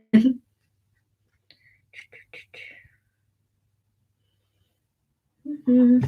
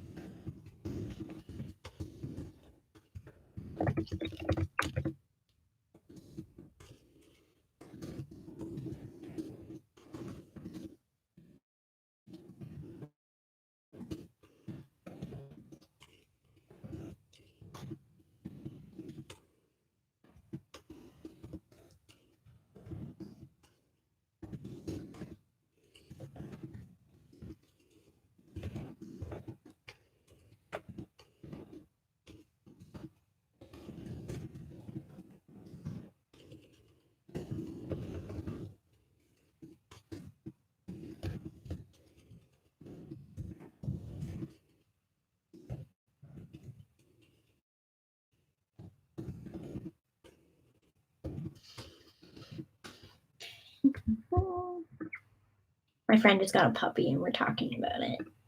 It's so cute.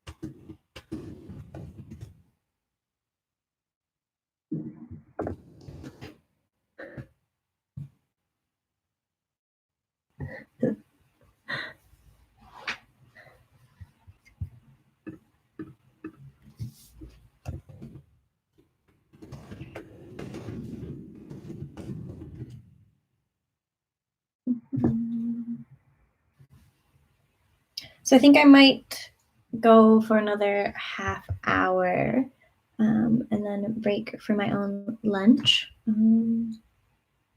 So yeah, just a heads up.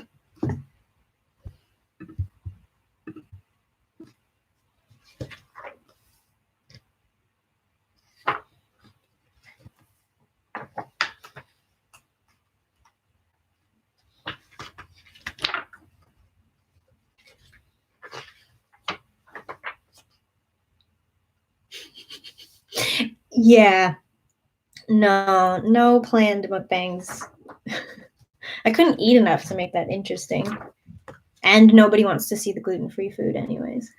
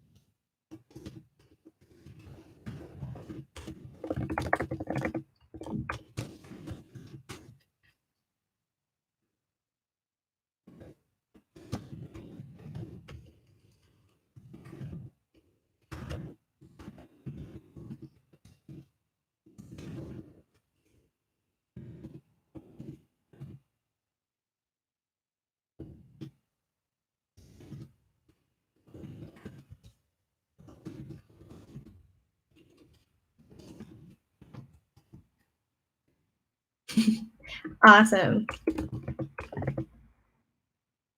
I think it's a pretty quick video. I don't think it's that long. So enjoy.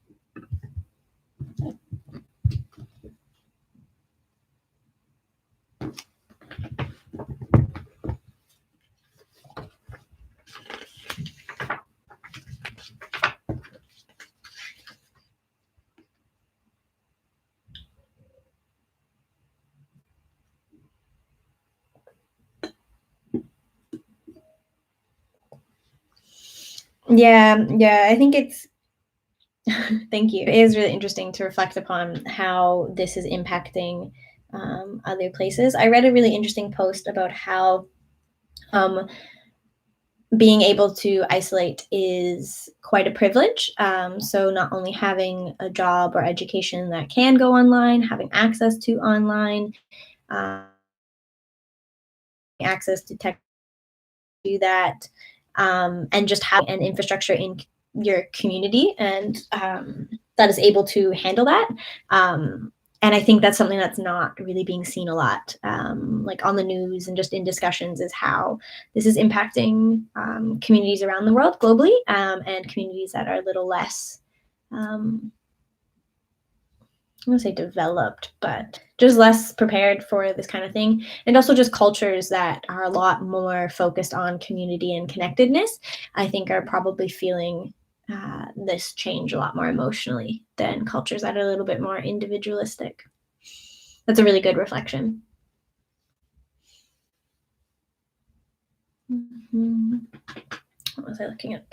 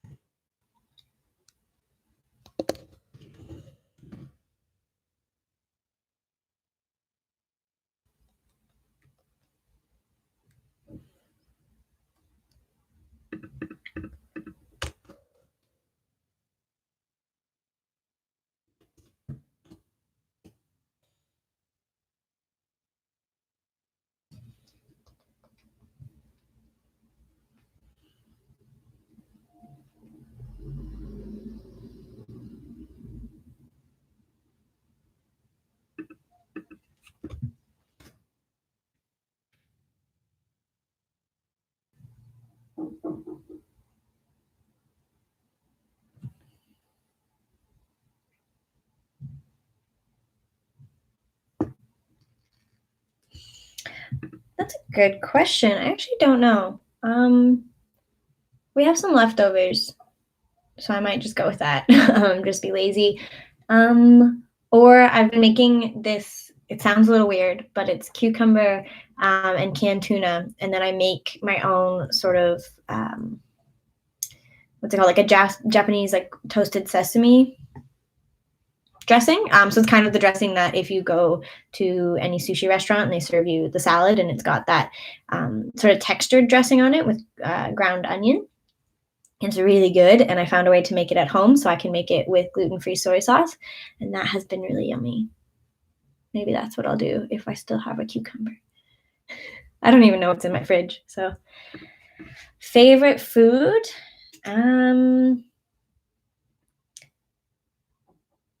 In general, I'm actually not really sure. I always cop out and I say a salad because you can eat anything in a salad. But my favorite comfort food is probably either my mom's lasagna or my mom's roast beef. So, but I like a lot of food. So I'll try anything once, provided it doesn't have gluten in it.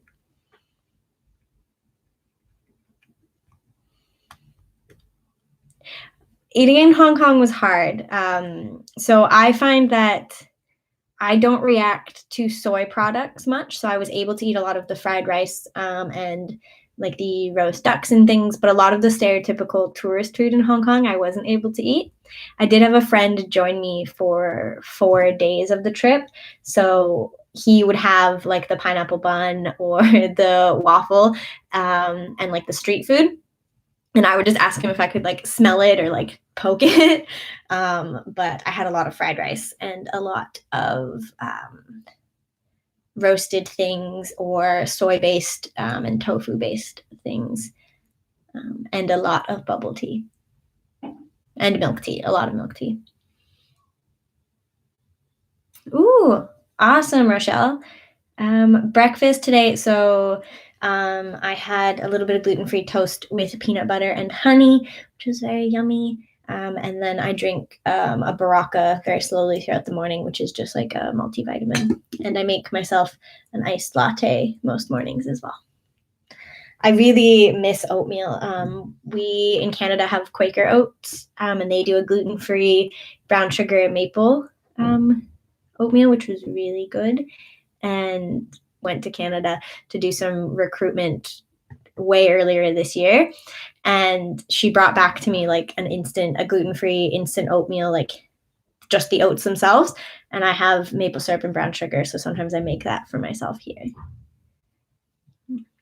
What about everybody else? What has been your most recent meal, or what are you planning to eat next today? I always joke that as soon as you finish one meal, you're just thinking about what's the next.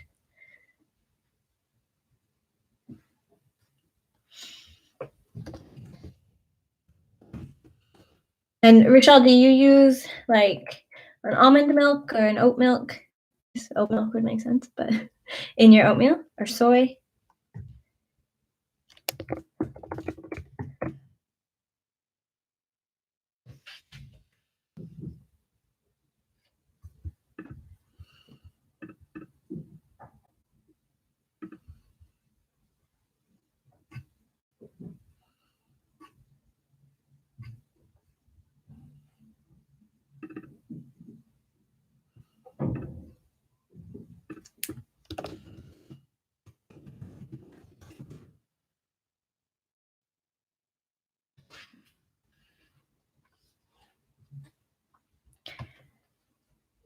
Nice. Pizza is a good staple. My dad always joked that you knew you were ready for college or university if you were able to eat cold pizza and drink warm beer. And then I laughed, being celiac. I was like, Dad, I'm never going to be ready for college. I can't do either of those things. But there is a really good place nearby that makes gluten-free pizza, and it is very good. So that's fair. I think I've heard a lot of people say that oat milk is quite divisive. You either love it or you hate it. And a lot of people that I've talked to don't like it. Yeah, I've had the Maple Crunch breakfast cereal. It is quite good. It doesn't quite scratch the same itch, but it does use real maple syrup, so that's always good. And you can, in Australia, get real Canadian maple syrup in the glass jars, which makes me very happy. I've made maple fudge last year for an international. We had like a global food night, so everybody bought food from like their culture, and so I made maple fudge, and it used a lot of maple syrup, but it was really good.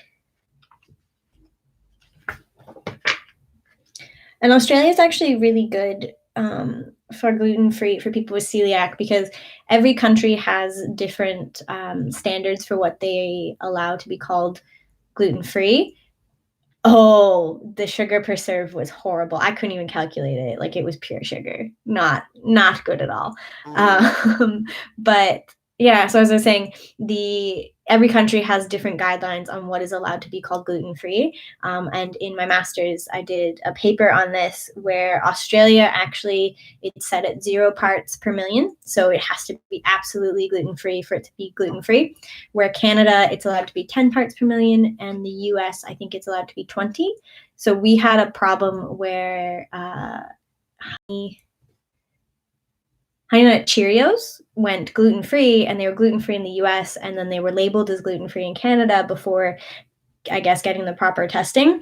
And so I went crazy and was eating, because I hadn't had them for years, was eating them like as snacks, as breakfast, and I was so excited, and like I was not feeling well, and I started getting symptoms of, I call it being glutened. I couldn't figure out why, and then like the next week the products were taken off the shelves. And I was like, oh, that's why. So I'm quite confident here when I pick up something that says gluten-free that it is 100% gluten-free, which is nice to have that sort of confidence in what you're choosing. And it also means that restaurants here have to be a lot more strict when they market something as gluten-free or gluten-friendly. Yeah. But yeah, the sugar per serve of the maple fudge would have just been all sugar. So however many grams of maple fudge was, that's how many grams of sugar you got.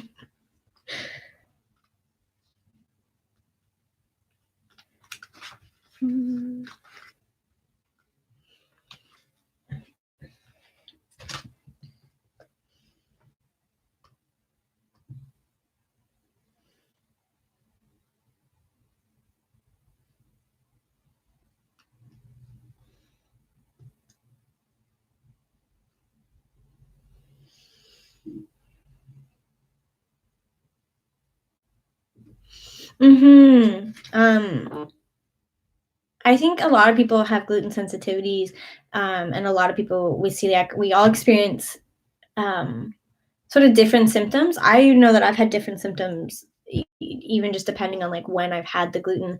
But I think something that a lot of people don't consider is sort of the brain fog, which my mom and I call it. And there was one time I went out. I actually went out to a concert, and I had my like dinner out beforehand, and I got the concert, and I was just drinking water because I was being safe.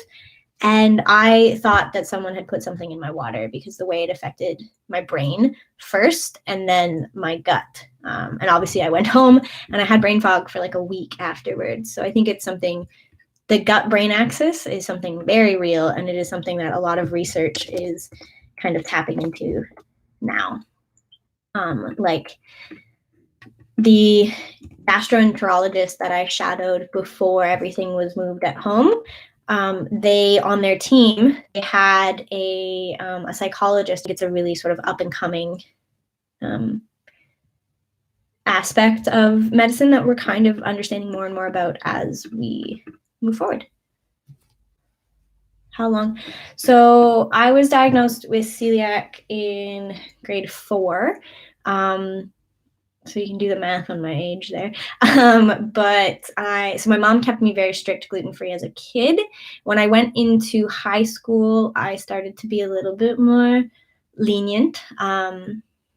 And that's really cool that you ate a frog. In Namibia, I had kudu, which is like a type of antelope, kind of. And I had ostrich and zebra when I was there. I didn't get to have crocodile. But anyways, so when I was in high school, I started eating things like, oh, I could have a cookie and I'll just have a little upset stomach and it's fine. And what we noticed with me in high school was I caught everything. So if someone had a cold at the other end of the hallway, I would catch it and I caught everything and it was worse for me. So if my family had the sniffles, I would be in bed for a week. Cognitively, I think I was okay, but my general health was a lot worse. And I kind of look back and I think, well, I wonder if I had been better with the gluten, if I just would have been even more cognitively okay. Once I went to university, I decided, okay, I will be strict. Since I'm living alone, I will be strict with myself and I will go completely gluten-free. And my immune system was so much better since. I still catch things, but like it's not abnormally so, or it's not than anyone else. So it's technically an autoimmune disorder. So you technically have an immune system that is a little bit more focused on what you're eating than trying to defend pathogens. But yeah, now that I'm strict with my gluten-free diet, I talk of eating animals and stuff. I think that's a little, could be a little confronting for a vegan. Sorry.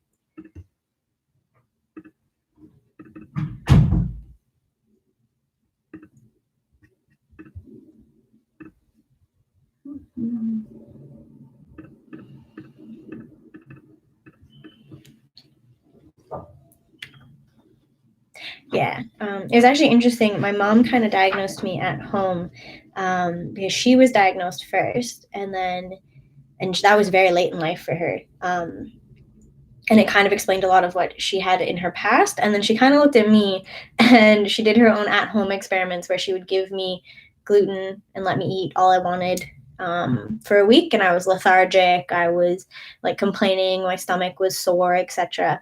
And I had a very like rigid abdomen those weeks. And then she would cut me out of gluten for a couple weeks, and I would get better and more energetic, and I was happier, and I was finishing my meals, and I wasn't complaining, and that's what made her. And I started developing like the rashes that you can get. So that's what made her take me to the doctor and kind of basically say like, I think she's got celiac, and so do I. And yeah, and then years later, they've discovered that there's potential for it to be carried in like the mother's side. So my mom feels like she discovered that. Also, we have company.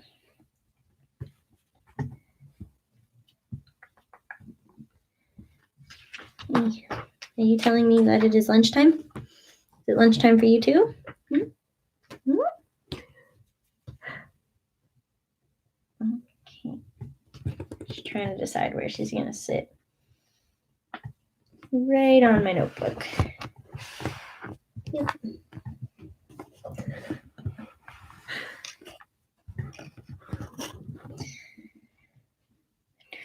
So just a couple more minutes. So thank you everyone for hanging out today. It was a lot of fun.